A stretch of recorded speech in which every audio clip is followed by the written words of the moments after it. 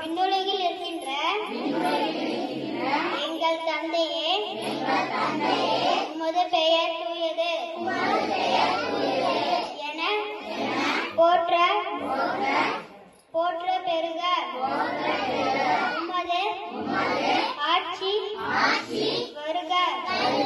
உமது திருவுள்ளம் விண்ணுலகில் நிறைவேறுவது போல மண்ணுலகிலும் நிறைவேறுக.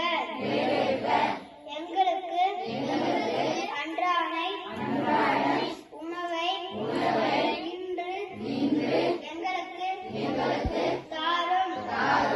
எங்களுக்கு எதிராக குற்றம் செய்வதை நாங்கள் மன்னிக்கிறது போல எங்கள் குற்றங்களையும்